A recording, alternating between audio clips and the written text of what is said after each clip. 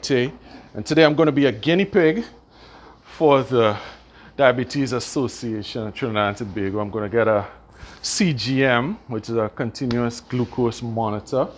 It's basically a USB for my a USB charging port for my blood sugar monitoring. So I'm going to get one of those, put somewhere on these guns. Ba-dang! See that one? What's this one? Bang! Don't call Guy Griffith for me. That's just how it goes. But so I'm going to check this out because what we're trying to do is we're trying to figure out what a lot of our Trinidad and Tobago youth have to go through every day. Sometimes up to 15, maybe even more times a day to get a pinprick, needle stab, juke, to get blood, to put on a test tab. So this is like a whole new thing. So let's go. I say, boy, Amir on the back there. Follow him. Is Amir Digital? That's what it is. That's what's going on. So what's up? Introduce yourself to my good people. Hello, I'm Jenna. So I'm That's here. all. Wait, hold on. Let me make sure we get in there. So Jenna, Yes. go ahead. Wait, from here? Yeah, go Okay, ahead. good. So I'm here representing the Diabetes Association today. So what we're going to be doing, we're first going to do the usual manual blood sugar testing via finger stick for our good friend T and all of the staff here at MCE today. And let's see how many times we might probably do that test. See how many times you all can get finger stick. Yes? No? Okay. There'll be one. One? There'll be Okay. one. No, it'll be so- 47 times. That's what's going on. So, talk to me. Where's the plan? How does it go so from here? Here's what we do. So your normal kit is made up of your monitoring device that you have to insert your strip in. Right, Then you have your test strips, right, which are these strips. right. And then you have what's called your lancet. So you have two options. This is the sticky part. Okay. So you can either... So let's just say I'm an adult, right? Let's just use that assumption. But if I am, let's say a 7-year-old, that means a parent got to do this? Yes. Or somebody but with... we do actually have brave 5-year-olds that do this all on Really? their own. Wow. All on their own, because unlike type 2 diabetes, which everyone's familiar with, type 1 is an autoimmune disease. Mm. So these children and their parents are at no way at fault for Okay. this happening to them. Right, right. So this is not like a bad diet. This is No. not a, like, this is a wake up a morning, what?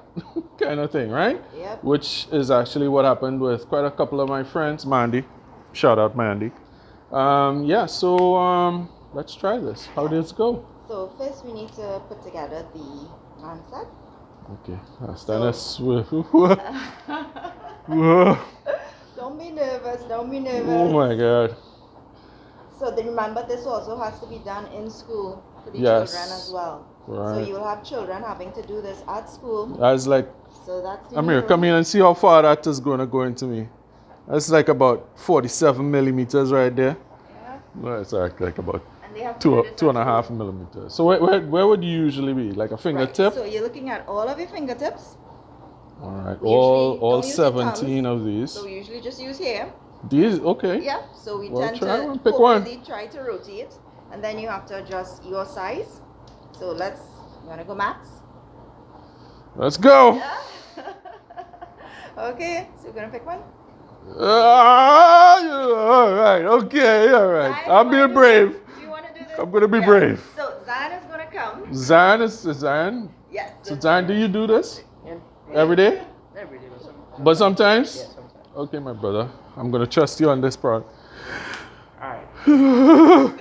Okay, if you smile, you think that's just me. Go ahead. Alright, so what I do is just squeeze to get some of the blood out. It felt like a very strong mosquito bite. That's what it felt like. So this is like about a millimeter of dot of blood here. Okay. So what's gonna happen now? In some cases, like this, you don't Right. have enough blood. No, just So not. guess what we're gonna need to do? My girlfriend tells me that all the time.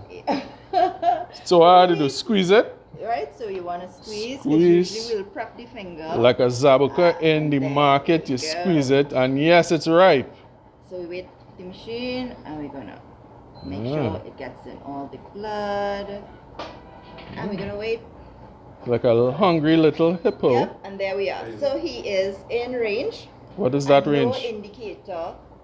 What that range is? So let's go. So let's find out when your last meal was.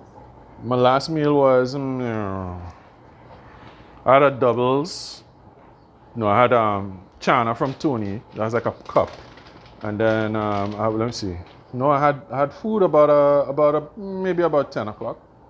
What time is it now? Let's say about 9:30, 10. I had something to eat. Okay, so post-prandial, which is your after meals, you want to be on average under that's not very 120. All right, go ahead. See that? I Right. don't wanna get a message lost there in the mix here. So after your meals, at least an hour, 2 hours after, you want to be at least under 120. So that means your pancreas is functioning efficiently, you have adequate insulin that's covering your blood glucose needs at that particular time, so you're good to go. So what causes the itis? Oh, so Genetics. the Well, itis like, usually when you just eat too much and you'll be like, Yeah. I'll come back, Yep. I'll call you back in about an hour. You know, Yeah, that's high carbohydrates, and usually that happens when it's highly processed carbohydrates. You tend to have that happening, but when you have balanced diet with a lot of more complex carbs, your green veggies, your proteins, you tend to not run into itis as much. Right, but let me ask you another question quickly. What are some signs that could be like red flags for checking out whether you might be suffering from some kind of diabetes or No some problem. kind of thing? So with the children especially, one of the first signs is excessive thirst. Constantly thirsty, as well as they tend to have severe weight loss. Sometimes within a month, you just see severe weight loss. Then you'd realize they would only be looking for the simple sugars because they need to get energy, because what's happening is that sugar, it's just the glucose is building up in the blood and it's not getting into the cells of the body. So the body is not getting adequate energy. So the brain now is telling the body, you need to keep putting in sugars because we're not getting fed, and that's what's happening. And so you would have excess urination, they're constantly running to the bathroom, as well as you would find bedwetting in 5, 6, 7, 8-year-olds that you never even had that problem with because they just cannot control themselves. And then in the severe forms, unfortunately, is when we as parents would find out that your child is type 1, because then they would get really sick. And sometimes if you don't go to if you're a little too late on it. Yeah, sometimes it leads to coma. Right. And it could be fatal. And it's also fatal. So those are the signs you want to look for. The weight loss, you want to look for the excessive thirst, you want to look for frequent urination, and that constant craving for the simple sugars as well. You definitely want to check your doctor for that. So it's been like about a minute or two. My dot is cleared up. It's not bleeding. So all right, so that's one for the day. Let's see what it is. So what's the next thing? So now that I got stuck, I tested it on the what is it called? The code-free blood glucose meter, right? So you'd have this, and you would go through this multiple times a day if you're using this method. The difference I should point out, usually with a type 2, which most of us familiar with, they usually just test once in the morning. Okay, right. But with a type 1, I think visuals usually help a lot easier to understand why it is we're really going through to make this possible. So they need to test, Zaya, let's go through. They need to test when they wake up on a morning. They then need to test before they have breakfast. They then need to test after breakfast. Now this is basic testing we're talking about. They then need to test before snack. You know, usually at school you have that mid-morning recess. Snack. Right. Then they have to test after recess. Then they need to test before lunch. This is more testing than Formula 1 or MotoGP? Then they have to test after lunch. Then they have to test afternoon snack, and then after afternoon snack. Then they have to test before dinner, and then they have to test after dinner. Then they have to test before they go to sleep at night. Wow. And then parents will then have to test their children, usually around midnight again, and then at around 2 o'clock again, and then again 4 o'clock, and then the cycle starts over again. But wait, we're not finished. This is just basic testing. This does not include the testing that takes place if the child is high or low. And by high, I mean above the 180 to 200 blood glucose range that you have to try to manage manually via insulin injections. Oh, wow. So if that child is high, so you test one of these times and they're high, you then have to test back again 30 minutes after. Okay. So let's this put is that after you here. got that in. Correct. Wow. Then you have to test back again another 30 minutes, and you hope and pray that at the end of this testing, by the second time, that at least their numbers come down. But you also have what's called hypo or lows, which is their numbers are below 80.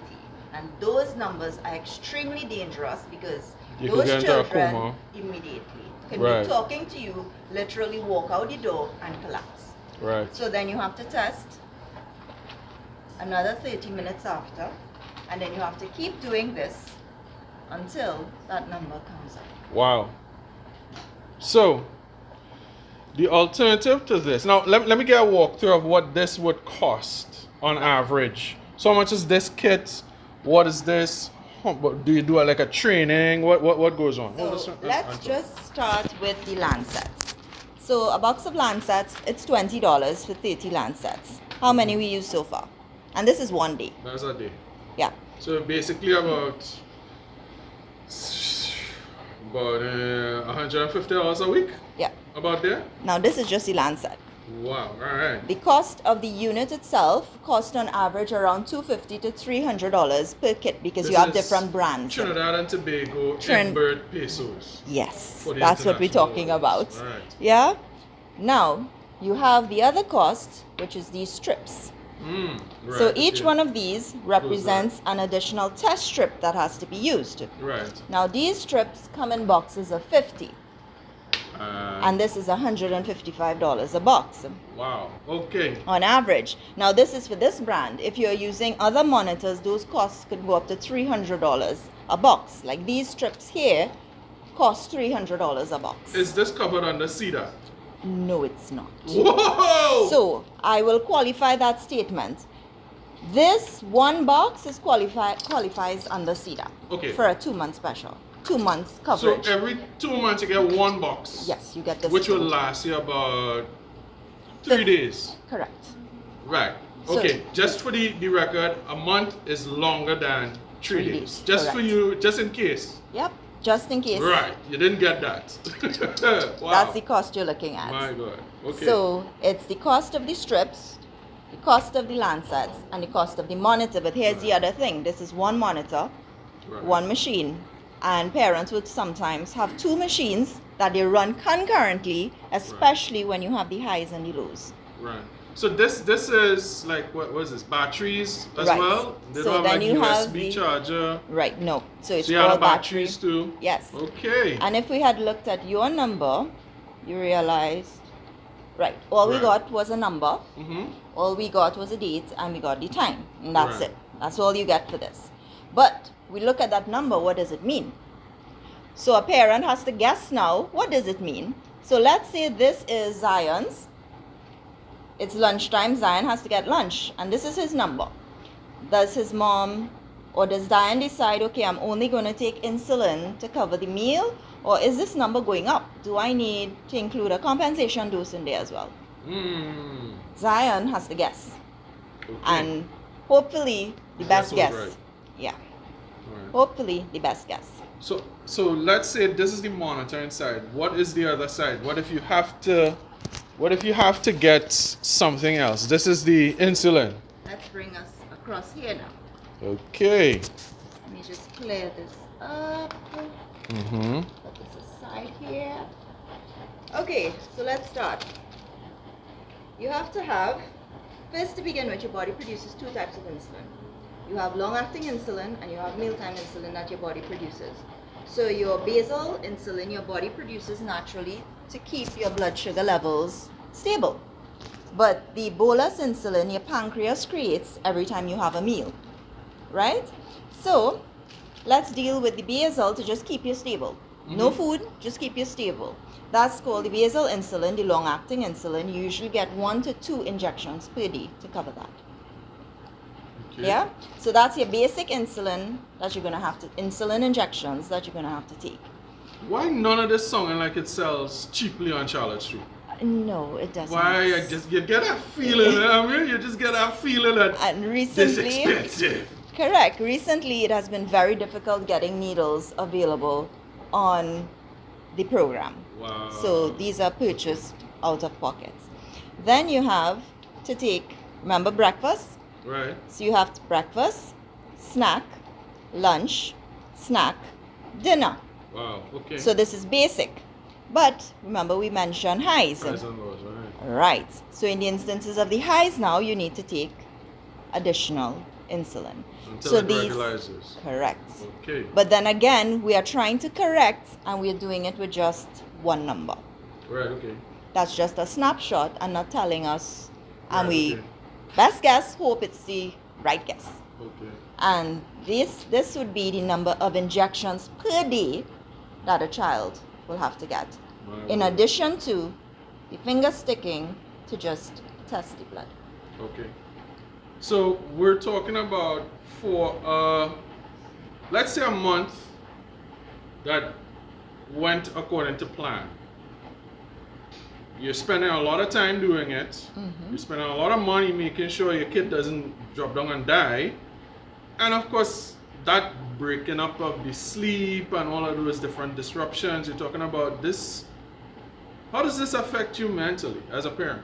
Okay, so I'd like to invite Rabia, Hey, who's Rabia, also come a on parent, down. and she will be best able to share her There you experiences. go. Yes. Right. Guess Rabia and the people on them video. Hi, too. hi. Hi, Rabia. How you Hi, doing? afternoon. I'm good, thanks. How does Right. it affect you? Mentally, so mentally, it really does take a toll on you. Last night, I was probably up twice. He went low twice. Yeah, and I had to get up, and he is sound asleep. You have to get up and give them something to Right. drink, you know, Right. and then you have to test again in half an hour's time just to see if they're going up or if this, same level, and then you have to continue to monitor. So mentally, it really is draining. Even when they're you're talking about it, and you know you Be don't want to talk passionate. the whole Be talk. passionate about You want to talk just the talk, but you're feeling the talk because Yes, you know how long yeah. you've been dealing with this. Since 2012. 2012. Okay. Yeah, so it's been quite some time. He was almost 3. He was 2 going into 3 when he was Right. diagnosed. So now he is almost 13 going into 14. But I mean, for him, because he's living with it so long, we've kind Yeah, of you get grown accustomed to just accustomed. about anything. Yes. But But wow. at first it was very overwhelming, I could just And imagine. at times you just wanted to go in a room, cry, scream, whatever, but by yourself, because you don't want No, you don't to wanna shed that put it out there, emotion yeah. or anything, onto, Your kids, yeah, I Yeah, had to get up but- at 5 a.m. this Yeah. morning, Saturday, to take my son to training. right. And I'll tell you, I've missed quite a few Saturday mornings. But I could just, I really cannot put myself into that position, but I can Yes. imagine what it's Yes. like. But and even like now, when they're children, when they're much younger, your mind always there in school. What's going to happen if something goes wrong? And even as they get older, now there's so much more temptation. They're old enough to make certain decisions. You're hoping that they make the best decision. So your mind is always at play. Whether they should be at the beach balls. how does the Diabetes Association come into this picture? Right. What talk to me about their Okay. involvement in someone like yourself and your son's life. Right. So when we were newly diagnosed, we felt so alone. He was very young, so he wouldn't have known. But for me, I felt like it was a struggle that my family and I had to deal by ourselves. And then we met Auntie Lisa. She's our vice chair on the group that we're in, Diabetes Youth Support. And it was a breath of warm sunshine meeting Auntie Lisa, because the support that we've gotten from the Diabetes Association over the years honestly, I don't think we could have done it without that support. You know, we have a fantastic team of parents any time of the day. You or night actually, you can message, you can reach out, Yeah, and this you sound get like a support and 24-hour advice. thing. It is, Definitely. it is, yeah. So, and then not only that, not only the support, but whether you need to get consumables, whether you need to get advice, they do lectures for parents. We have support for children, for the, teenagers. You know, we have little counseling sessions. It And has this been is lifetime. yeah, it is lifetime. Right. So we are very, very grateful for what Diabetes Association has done for us throughout the years. Alright, Yeah. Alright. Yeah. So, back to me. I'm just saying, we take a lot of things for granted, right? This is not something that, well, boy, you're eating bad. This is a thing. This is not bad habits. This is a thing, right? So I want everybody on the TT Game Plan platform, everybody who would watch this to the end, I want you all to activate. And one of the things that we're doing is the RideDATT event, which is coming up in November 5th. And we'll talk a little bit more about it. You'll see a few more things coming up as the ride comes along. But the ride is not going to save anybody. This ride is to highlight some of what you would have just seen and some of the other issues of why we want to get away from this system into the continuous monitoring system. So stick around, watch another video. You'll see what's coming up with that. All right, it's your boy Tay. Thanks for watching. Yo, Amir, big respect. We're going to do Amir next, but we're going to test him in his butt. You ladies, you can watch that video. Anyhow, that's your boy Tay. We out.